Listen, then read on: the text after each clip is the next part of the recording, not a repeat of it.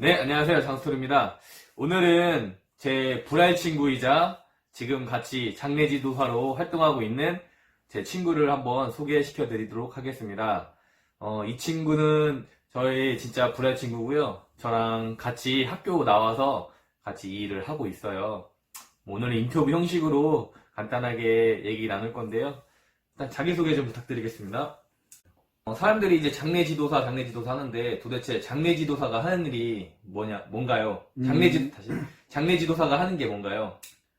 일단은 장례 지도사가 하는 게 무엇이냐라고 얘기하면은 되게 다양해요. 그래서 우선은 기본적으로 돌아가신 분들을 모시고 장례 기간 동안 장례를 잘 치러줄 수 있게 한마디로 이렇게 요약을 하자면 약간 매니저 같은 역할이라고 보시면 돼요. 아, 매니저요? 네. 그러니까 모든 서비스를 제공하기 위해서 때로는 인력으로서, 때로는 정보로서, 때로는 서비스로서 일하는 그런 직업이라고 생각합니다. 그러면 이제 가족분들이 장례를 딱 치를 때 3일 동안 아무것도 모르잖아요. 그런 것들을 옆에서 서브하고 알려주고 지도하는 거라고 생각하면 되겠네요? 쉽게 말해서 장례식 3일 동안 있으면서 장례가 원활하게 이루어질 수 있게끔 도와주는 역할, 장례 도움이라고 하면 좀 그렇고 장례 매니저 같은 역할이에요. 쉽게 처음 임종했을 때부터 시작해서 발인하고 나가는 것까지 안내를 해주는 그런 직업이라고 생각하시면 되겠습니다. 그래서 장례에 대한 거는 너무나도 이렇게 포괄적이에요. 사실 저도 장례에 대해서 잘 몰랐고 일반 분들도 장례라는 부분 잘 모르실 거예요. 그런 부분을 전문가가 안내를 해준다라는 그런 걸로 생각하시면 되겠습니다.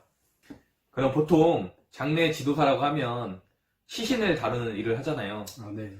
그때 처음에 시신을 봤을 때 어떤 느낌이 들었어요? 보통 장례 지도사라고 하면은 장례 지도사, 시체 닦는 일, 뭐 이런 식으로 생각할 수도 있는데 보통 그렇죠. 보통 3일장 중에 고인을 모시고 하는 거는 한 2시간? 2시간 정도밖에 되지 않아요. 사실 그 전에 선행돼야 될 일이 뭐냐면은 네.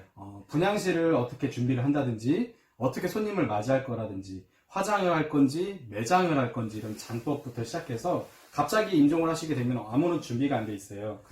안내도 해드리고 이런 부분도 정보적으로 지도를 해주는 그런 직업이라고 생각을 해요. 그리고 그 안에 있는 게 염습을 하는 일과 고인을 모시는 일이 포함되어 있다라고 저는 생각을 합니다.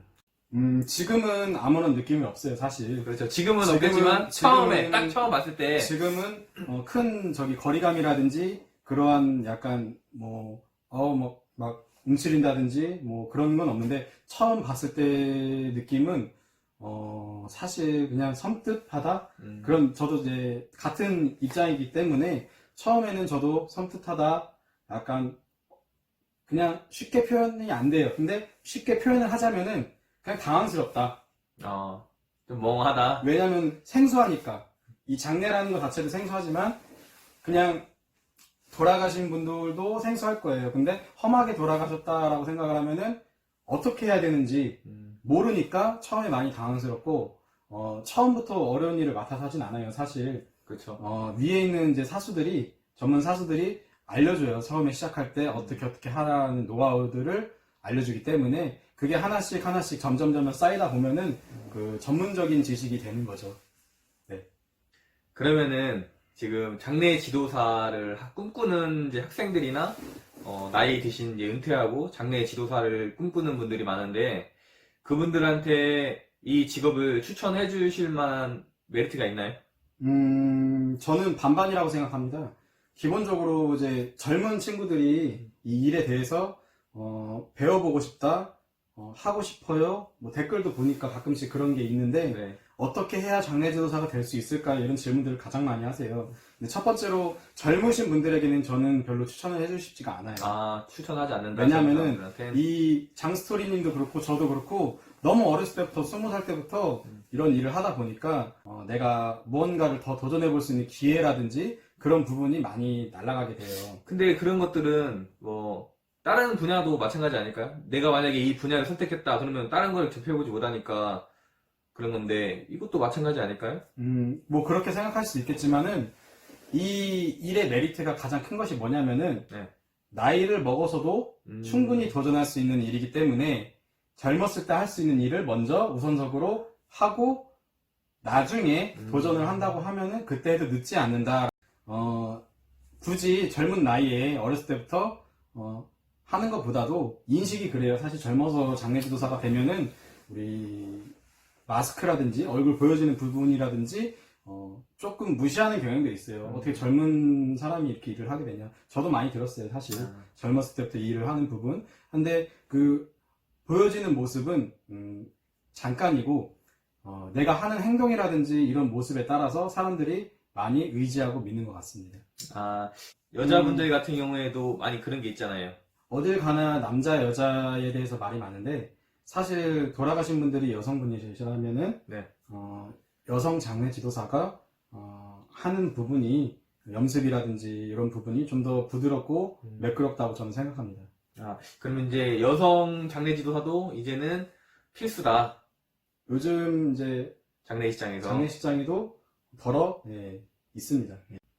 취직은 어때요? 요새 여자분들도 취직 옛날에는 하기 힘들었었는데 요새는 어떤가요? 거의 여자분들은 상조회사 쪽으로 많이 가는 추세인 것 같아요. 장례식장보다. 예, 장례식장 일이 어려워요, 사실.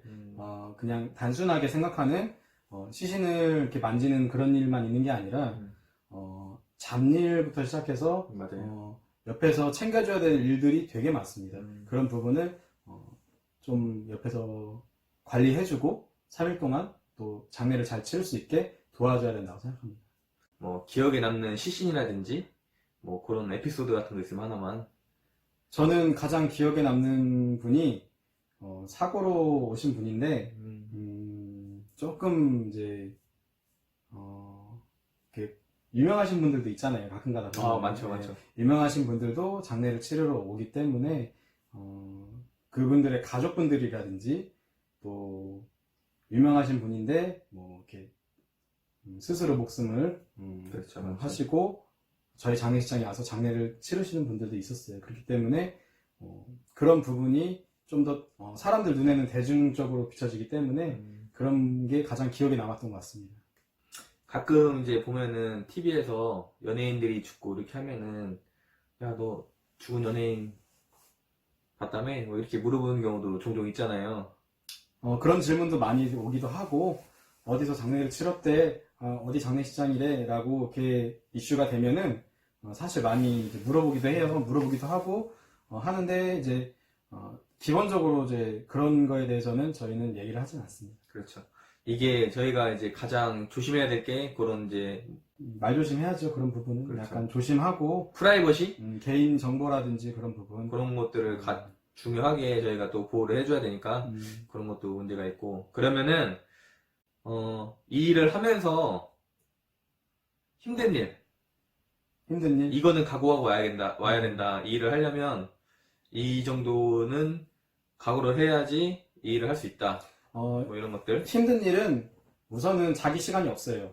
기본적으로. 그래요? 정상적인 그런 직장 생활이라고 하기는 조금은 거리감이 있어요. 왜냐면은 어떤 직장은 24시간 근무를 하는 직장도 있고 지금은 이제 법이 바뀌어서 네. 52시간제로 바뀌어서 하긴 하지만 그래도 이 장례 일이라는 게 언제 돌아가실지 모르기 때문에 24시간 항상 대기를 해야 되고 교대로 근무를 서야 되고 또 야간 근무도 해야 되고 야간에 또 발생될 수 있는 그런 여러 가지 일들이 있잖아요. 그렇죠. 그런 거에 대해서 항상 준비하고 대비하게 되기 때문에 그런 부분이 좀 많이 어려운 것 같습니다. 내 생활이 많이 없다.